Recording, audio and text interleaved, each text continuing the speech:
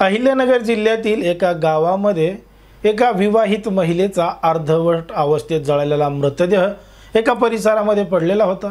जाणाऱ्या येणाऱ्या लोकांना दिसला आणि त्यांनी तात्काळ या संपूर्ण प्रकरणाची माहिती जवळच्या पोलीस ठाण्यामध्ये दिली।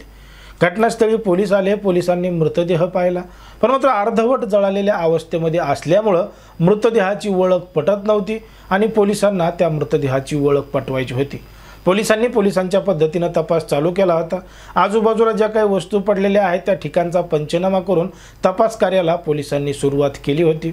मग तपास करत असताना पोलिसांनी अहिल्यानगर जिल्ह्यासह छत्रपती संभाजीनगर, नाशिक या तीनही जिल्ह्यामधून काही महिला बेपत्ता झाल्या आहेत का आणि अशी कोणी तक्रार दाखल केली आहे का या संपूर्ण प्रकरणाचा तपास करून या गुन्ह्याची दखल घेऊन पोलीस तपास करत होते।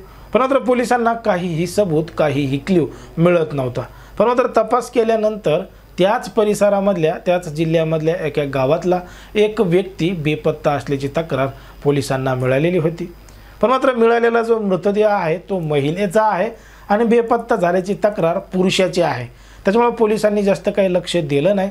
पण मात्र तरीसुद्धा पोलिसांनी त्या संपूर्ण प्रकरणाची गांभीर्यानं दखल घेऊन जो व्यक्ती बेपत्ता झालाय त्याचा तपास केल्यानंतर समजलं की जो व्यक्ती बेपत्ता झालाय त्याची बायको आहे आणि त्याची बायको या ठिकाणी मृत अवस्थेत आहे। जेव्हा पोलिसांनी त्याचा तपास केला, त्याच्याकडे विचारपूस करायचा प्रयत्न केला, तेव्हा तो व्यक्ती सापडलाच नाही, कारण की तो फरार झालेला होता।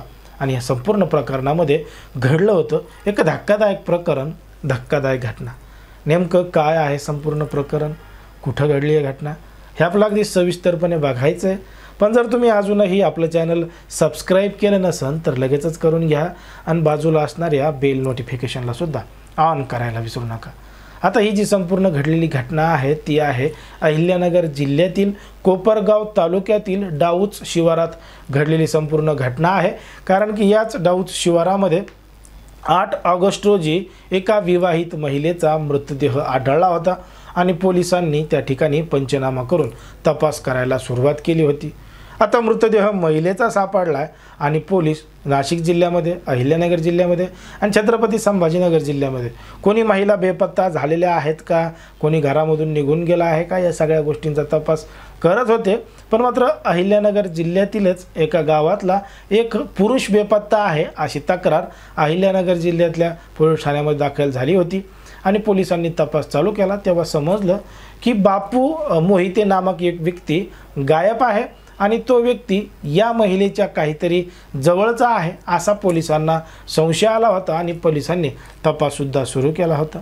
जेव्हा पोलिसांनी तपास सुरू केला तेव्हा समजलं की हा बापू मोहिते त्या महिलेचा नवरा आहे आणि पोलिसांनी इथूनच तपासाला सुरुवात केली। आता त्या मेलेल्या महिलेचा नवरा हा होता म्हणून पोलिसांनी याचा तपास चालू केला।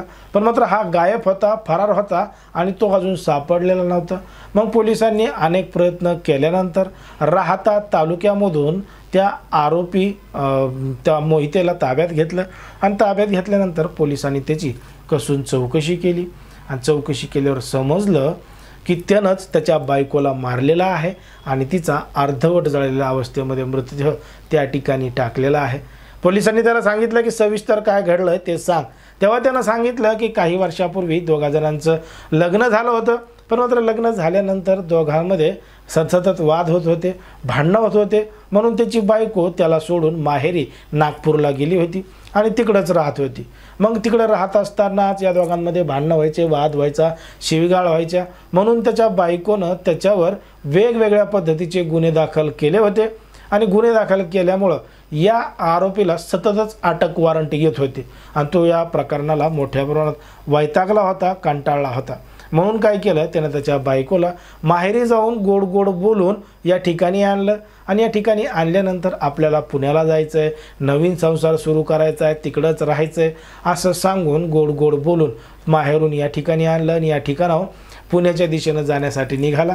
तिला तयार केलं आणि तयार केल्यानंतर जवळच्या ज्या काही मित्राला सांगितलं की आज तिचा कार्यक्रम करायचा आहे, तिला ठारच करायचं आहे।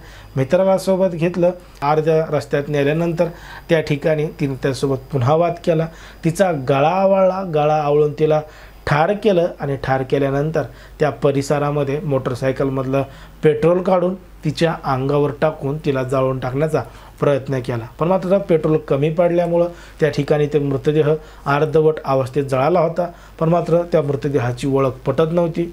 पोलिसांनी जेव्हा या संपूर्ण प्रकरणाचा तपास केला तेव्हा पोलिसांनी आजूबाजूच्या परिसरामध्ये लावलेले जे CCTV कॅमेरे आहेत, त्या रोडवरचे जे काही पेट्रोल पंप आहेत, त्या पेट्रोल पंपवर जेव्हा पोलिसांनी तपास केला होता तेव्हा त्याच्यामध्ये तोच बापू मोहिते दिसला होता आणि त्याचा तिकडं बेपत्ता असल्याची तक्रार दाखल झाल्यानंतर पोलिसांनी ते धागेदोरे जोडत त्या आरोपीला ताब्यात घेतलं होतं आणि हे संपूर्ण प्रकरण उघड झालं होतं। बघा, समाजामध्ये, देशामध्ये, राज्यामध्ये कशा पद्धतीच्या घटना घडतात, लोक कशा पद्धतीनं काय करतात हे तुम्हाला या संपूर्ण प्रकरणावरून लक्षात आलं असेल।